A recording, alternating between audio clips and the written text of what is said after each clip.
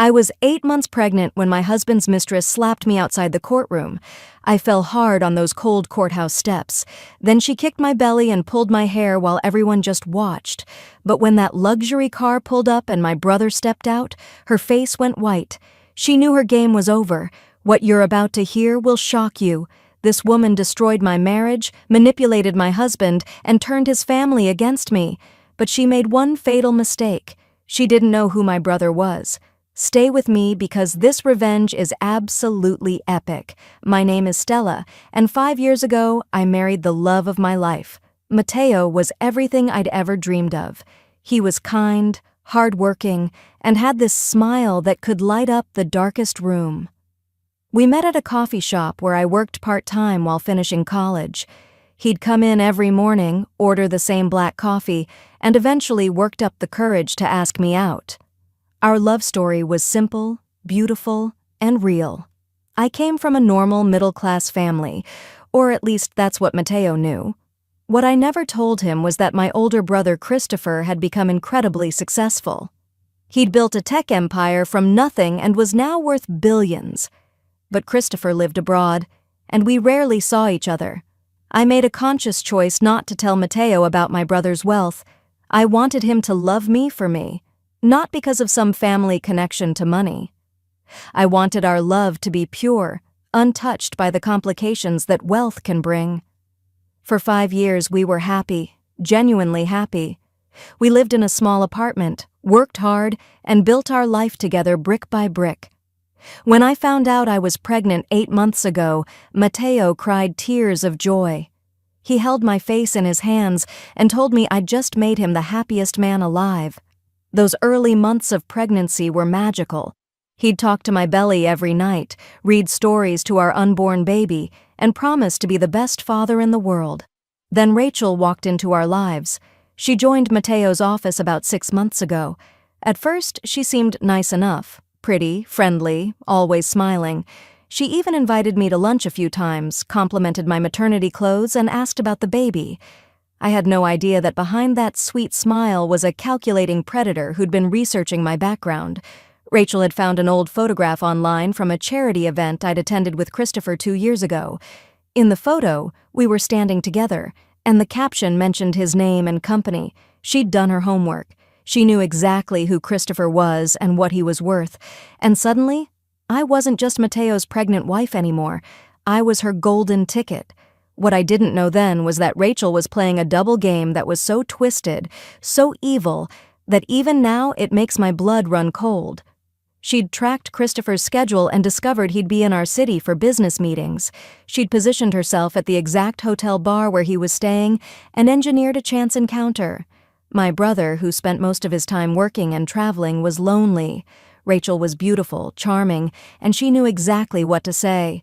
She seduced him, started a secret affair, and convinced him she was a successful, single businesswoman.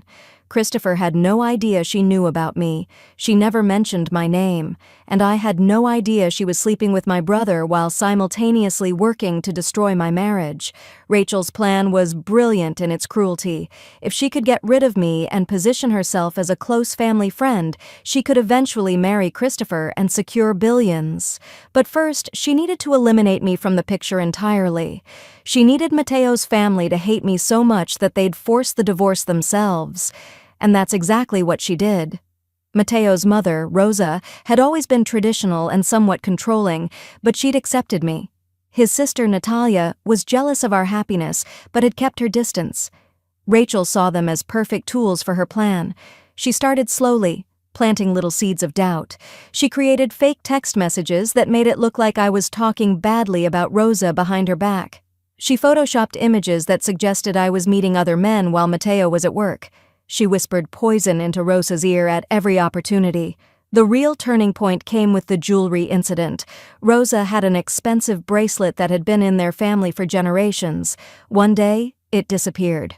Rosa was devastated. A week later, Rachel made sure that bracelet was found in my purse during a family dinner. I'll never forget Rosa's face when she pulled it out, her hands shaking with rage.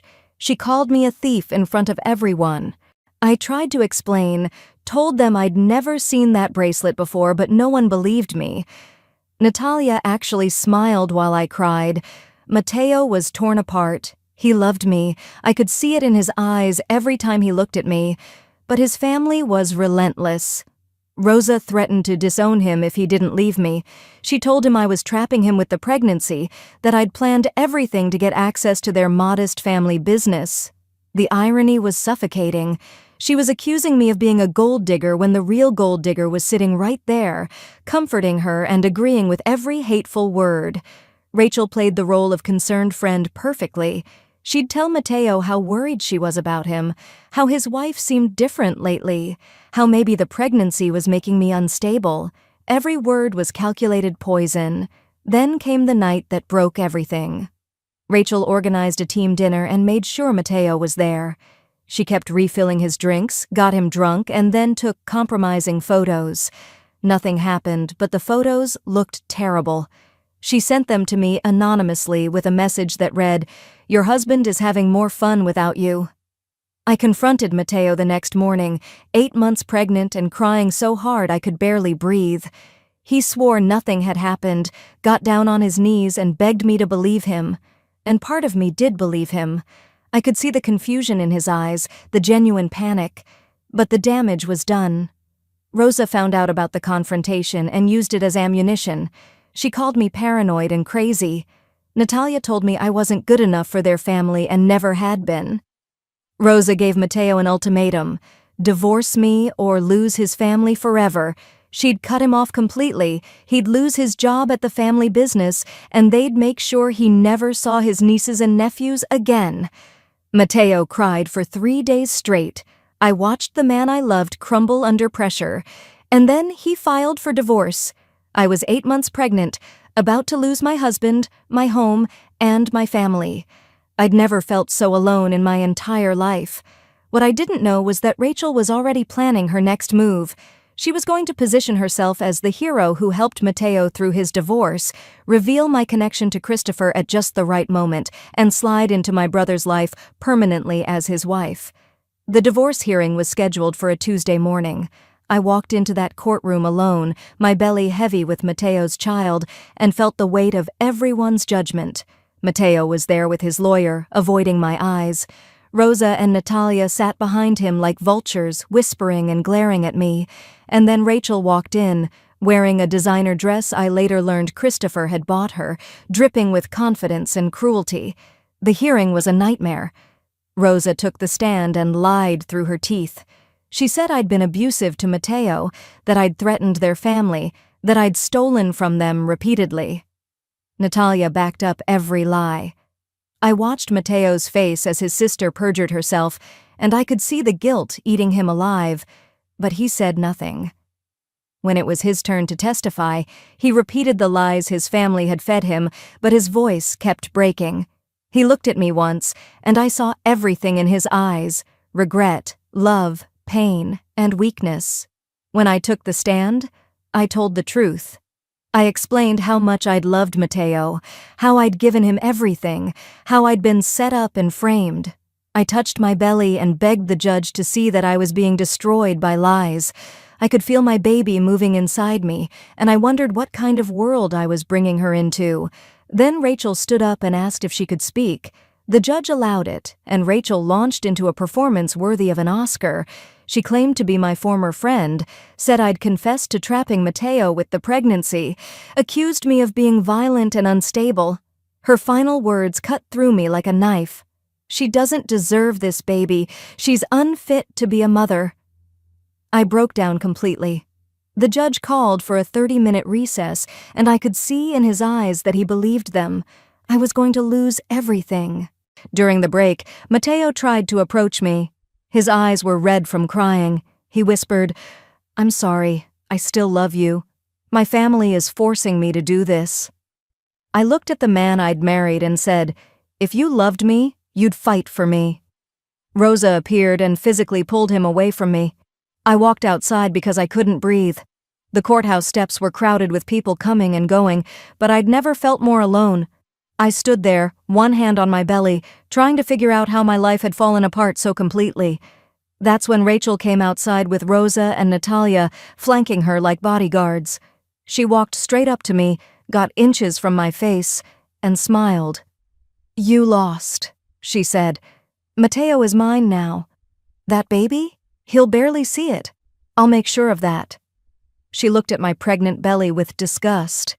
"You're nothing, just a poor girl who got lucky for a while." Before I could respond, her hand cracked across my face. The slap was so hard that I heard it echo off the courthouse walls. My head snapped to the side, and I stumbled backward. People around us gasped, but no one moved to help. I lost my balance and fell hard on the concrete steps. Pain shot through my back and hip as I hit the ground. All I could think about was protecting my baby. I curled around my belly, trying to shield her from whatever was coming next. Rachel stood over me, and I saw something demonic in her eyes. She pulled her leg back and kicked me in the side. The pain was excruciating. I screamed, begging her to stop, telling her I was pregnant, pleading for my baby's life. Rosa and Natalia just stood there watching. Rosa was actually laughing, telling Rachel that I deserved it. Then Rachel grabbed my hair and yanked my head back so hard I thought my neck would snap. Tears were streaming down my face. I could feel my baby moving frantically inside me, and I was terrified I was going to lose her right there on those steps.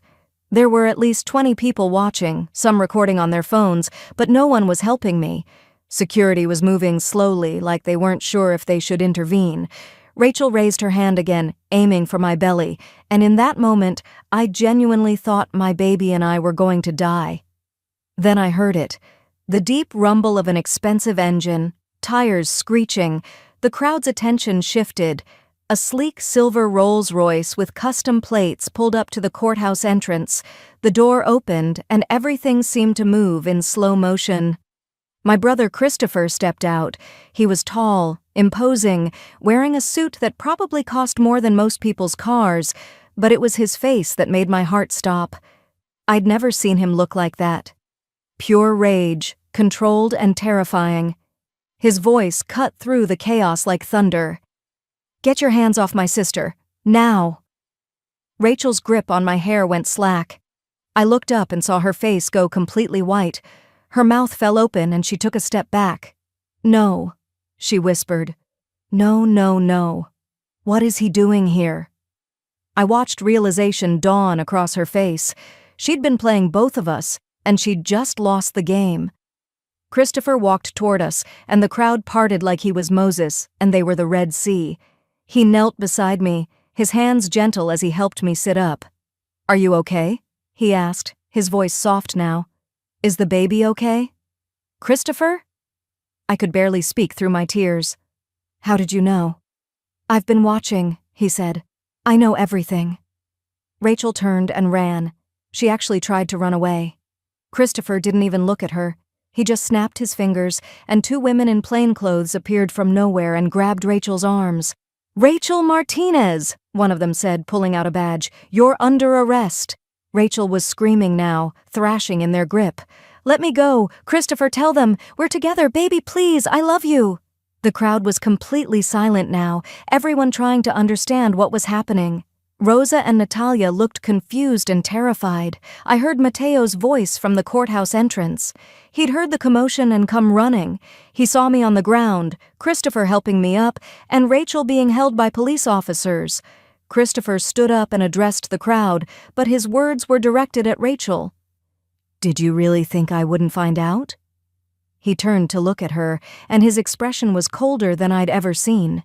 "You're a con artist, Rachel, and a stupid one." A man in a suit appeared carrying folders of evidence. Christopher took one and opened it. "Should we start with the affair?" he asked conversationally. "The one where you told me you were a single businesswoman while you were actually destroying my sister's marriage?" He pulled out photographs. Rachel and Christopher at expensive restaurants, on yachts, in hotel lobbies across 3 different cities. Bank statements showing transfers of hundreds of thousands of dollars. Credit card bills that made people in the crowd gasp. Over $500,000 in 4 months. "Or should we talk about your real plan?" Christopher continued. He pulled out printed text messages. "These are from your phone, Rachel. The one you thought you'd deleted. Here's my favorite. You wrote to your friend, The sister is the obstacle. Get rid of her, marry the billionaire, set for life. Rosa's face had gone gray. Wait, she said. You know him? You've been with him? Rachel was crying now, mascara running down her face. Christopher, please, you don't understand, I do love you. Love? Christopher laughed, but there was no humor in it. You love money. Let me tell everyone who you really are. He opened another folder. Your real name is Rachel Chen. You changed it 3 years ago. You have a criminal record in 3 states. Fraud, identity theft. You've scammed 5 other wealthy men. You're currently wanted in Nevada and Florida. The crowd was murmuring now, the shock palpable. Christopher wasn't done. Let's talk about how you framed my sister. He pulled out more evidence. Here's the metadata on those photoshopped images you created. Here's the receipt where you bought Rosa's bracelet from a pawn shop. Here's a recording where you admitted your whole plan. He played an audio clip. Rachel's voice, clear as day, talking to someone on the phone. The family is stupid. They believe everything I tell them. The mother actually thinks Stella stole from her. I'm paying the sister $10,000 to keep lying. Once Stella's gone, I'll have Christopher, and I'll be richer than I ever dreamed. Natalia made a choking sound. Rosa turned to look at her daughter, understanding finally breaking through. You knew? Rosa whispered. You were part of this? Natalia's face crumbled. She started crying, trying to explain, but Rosa slapped her. The sound was sharp and final. Mateo was on his knees now, his hands in his hair, making sounds like a wounded animal. What have I done? He kept saying. Stella, what have I done? Christopher turned to the police officers holding Rachel. She assaulted my sister, who is 8 months pregnant. She kicked her and tried to attack her unborn child. I have 20 witnesses and multiple video recordings. I want her charged with everything possible. Already done, one of the officers said. We've also got warrants from 2 other states. She's looking at serious prison time. Rachel tried one more time. She looked at Christopher with desperate eyes. I loved you, she said. I really did. Please don't do this. Christopher's response was ice. You're a liar. You're going to prison. And you're never getting out. He turned to Mateo, who was still on his knees. You, Christopher said, and his voice could have frozen hell. You're the husband who let his family destroy my sister. I didn't know, Mateo said, tears streaming down his face. I swear I didn't know. I love her. I've always loved her. They manipulated me. I was weak. I was stupid. Stella, please. Christopher looked at me. Do you want me to destroy him too? I was crying, holding my belly, my body aching from the fall and the kicks. I looked at Mateo, and I saw the man I'd fallen in love with buried under all that guilt and shame. He was manipulated, I said quietly. But he was also weak. He chose his family over me. Christopher nodded. He turned back to Mateo. Your family business survives because of contracts you don't even know about. Contracts that flow through my network. As of this moment, they're all canceled. Rosa made a sound like she'd been punched. No. Please. That will destroy us. You destroyed my sister, Christopher said simply. You showed her no mercy. Why should I show you any? He turned to Natalia. You accepted bribes to lie under oath. That's perjury and conspiracy to commit fraud. The officers have a warrant for you, too.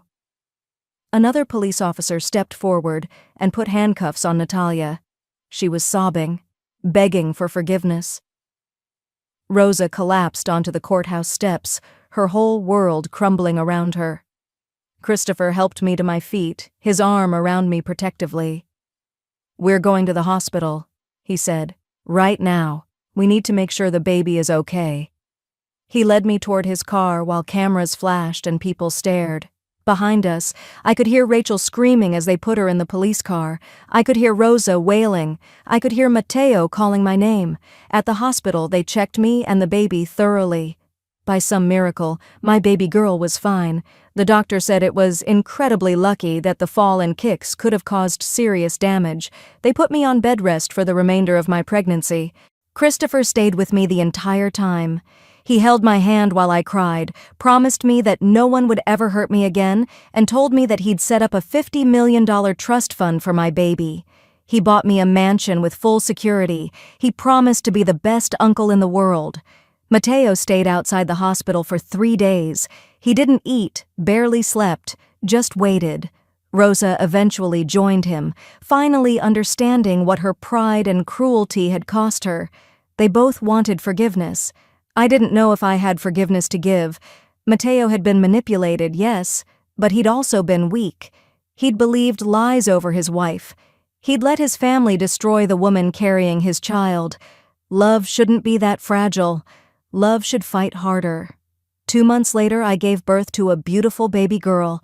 I named her Grace because that's what I needed to find in my heart. Christopher was there for the birth. Mateo was allowed in for a few minutes afterward. He held his daughter and cried so hard he could barely breathe. Rachel was sentenced to 12 years in prison. Other victims came forward, and additional charges were filed. She lost everything. Natalia got probation and community service. Rosa's business barely survived, and she lost all respect in the community. Mateo moved out of his family's home. He started therapy. He works 2 jobs now to send money for Grace. He sees her once a week, supervised visits arranged by Christopher. He's trying to prove he's changed, that he's finally strong enough to deserve a second chance. I don't know if I'll ever give him that chance. Maybe someday. Maybe when I can look at him without remembering how he stood in that courtroom and repeated lies about me. Maybe when my daughter is old enough to ask about her father, and I can tell her that he fought for her even if it was too late. For now, I'm healing. I'm building a new life with my daughter and my brother. I'm learning to trust again, to believe that not everyone will betray me when things get hard. Some people think money can buy happiness. Rachel thought it could buy love.